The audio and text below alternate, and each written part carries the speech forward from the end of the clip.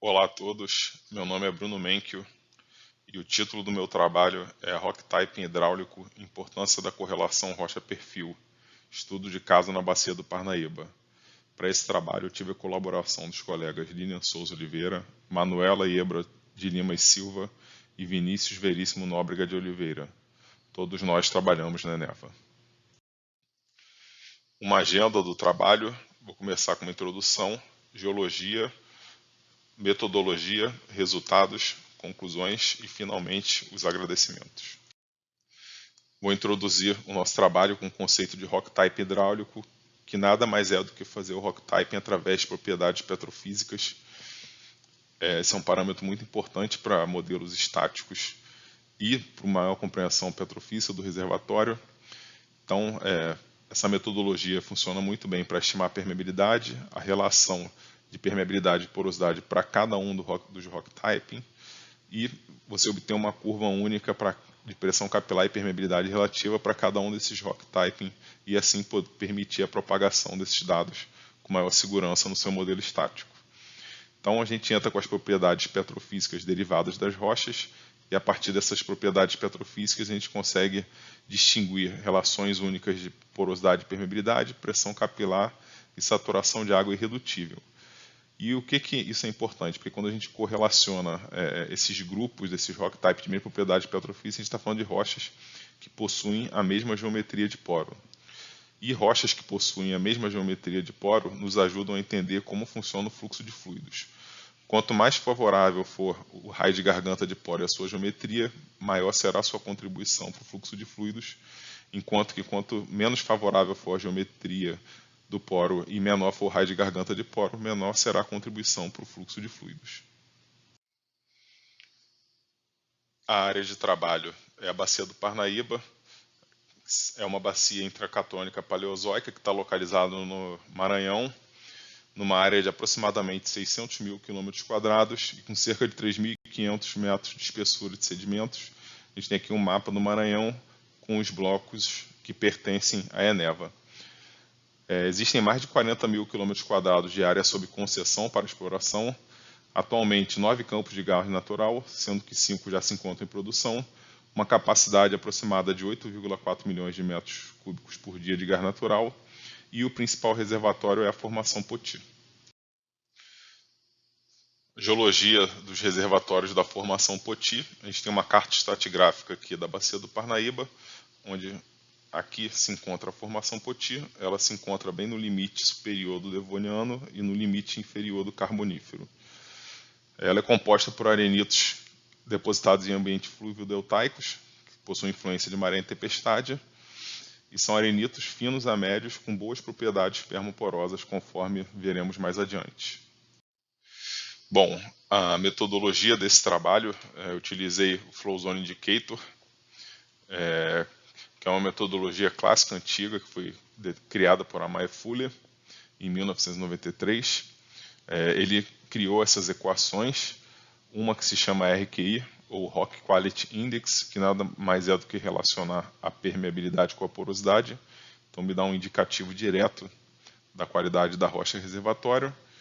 Uma outra equação, que é a porosidade normalizada, ele pega a porosidade total e diminui por 1 menos o valor da porosidade total. E, finalmente, o Flow Zone Indicator, que é o indicador das zonas de fluxo, que nada mais é do que o Rock Quality Index dividido pela porosidade normalizada. Como que se determina o número de unidades hidráulicas? Primeira coisa, você tem que fazer um crossplot do Rock Quality Index contra a porosidade normalizada. Nesse caso, nós ainda estamos só no domínio de plug de rocha. Não estamos trabalhando com nada de perfil. Primeira parte do trabalho, a gente só trabalha com dados de rocha. E a gente buscar tendências nos pontos de que a gente tem no crossplot. Então, eu consegui delimitar aqui 6 unidades hidráulicas.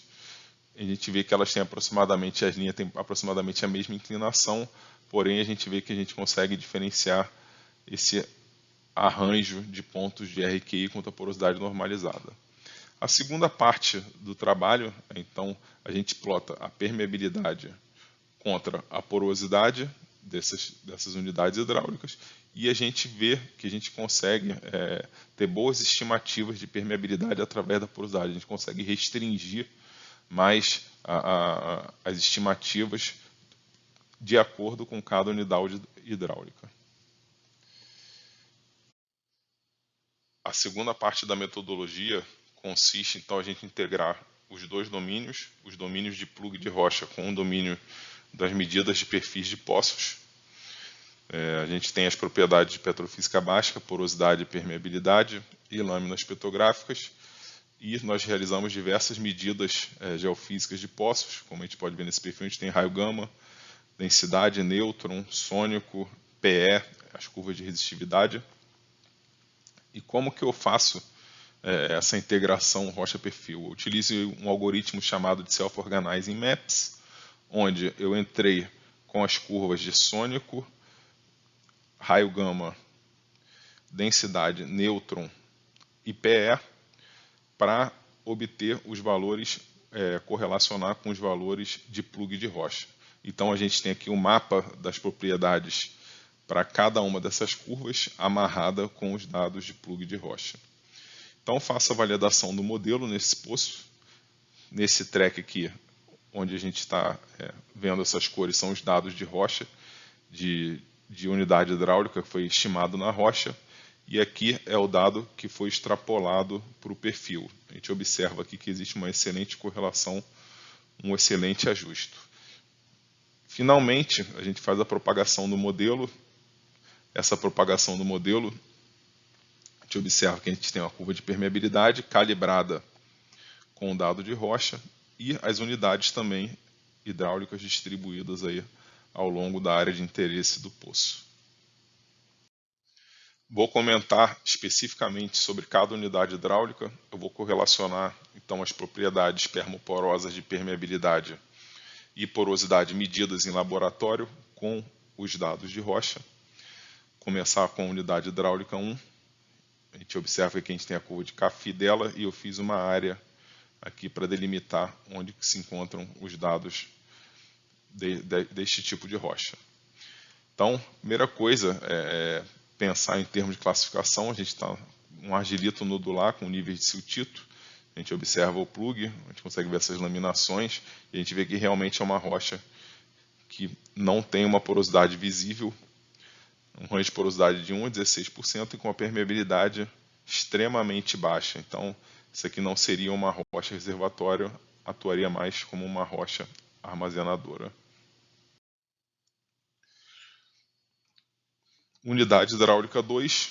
A unidade hidráulica 2 é essa aqui dos pontos azuis claros. Aqui a gente já observa uma pequena melhora na porosidade e na permeabilidade. A porosidade de 16 a 21% e a permeabilidade de 1 a 9 milidarcy. A faces, então, a gente está falando do interlaminado de siltito e arenito muito fino, com estratificação cruzada, conforme a gente consegue observar. Ainda estamos falando de uma granulometria muito fina e os poros começam a ficar visíveis, mas ainda não estamos numa rocha reservatório de qualidade superior. A unidade hidráulica 3, eu tenho aqui o gráfico CAFI, e ela está aqui representada por essa curva CAFI de cor magenta, por esses pontos magenta. É um arenito muito fino acíltico. A gente consegue ver que os ranges de porosidade e permeabilidade já começam a melhorar sensivelmente com relação às faces 1 e 2. Temos um range de permeabilidade aqui de 10 a 24 milidarcy e porosidade 19 a 21%. Nitidamente os poros começam a ficar mais visíveis, a gente consegue ver ele no maior detalhe, e também há um aumento no tamanho do grão. Esse fato é muito importante, porque se a gente comparar, por exemplo, essa unidade hidráulica com a 2 e com a 1, a gente observa que a gente vem com um tamanho de grão controlando a qualidade dessa rocha como reservatório. A unidade hidráulica 4, que é essa curva verde escura, delimitada por esses pontos aqui verde escuro. Agora a gente já está falando de um arenito muito fino. Consequentemente também a gente consegue observar um aumento no tamanho do grão e também no tamanho do poro. A gente vê que os poros começam a ficar maiores. É um arenito composto de quartzo, feldspato. A gente tem alguns também minerais pesados descritos, mas a permeabilidade aqui também já tem um aumento considerável de 23 até 59 milidarcy, com uma porosidade aparentemente de 19 a 21%. A unidade hidráulica 5 é um arenito muito fino a fino, está representado aqui por essa reta de café marrom e por esses pontos de dados de rocha. O range de permeabilidade é muito bom, é de 80 a 224 milidarcy. A gente já vê que há também um aumento no tamanho do grão com relação a todas as outras faces. Esse parece ser o principal parâmetro controlador da qualidade desse reservatório. E finalmente a unidade hidráulica 6, que seria o nosso melhor reservatório. A gente tem um range de permeabilidade aqui muito grande, de 76 até quase 750 milidarcy. É um arenito muito fino a fino e, novamente, como eu venho comentando com recorrência, a gente observa um aumento no tamanho do grão e também um aumento no tamanho do poro. Esse é o principal controle atuando sobre este reservatório. Aqui, esse slide é para mostrar a validação do meu modelo. Então, a gente tem aqui um modelo que foi gerado através de Self-Organizing Maps.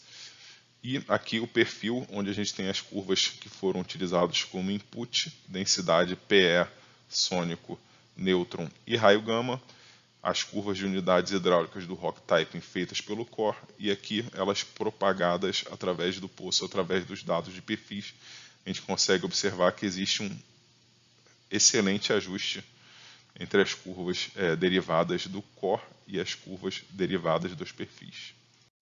Aqui nós temos outra validação do modelo, feita através da tabela de contingência.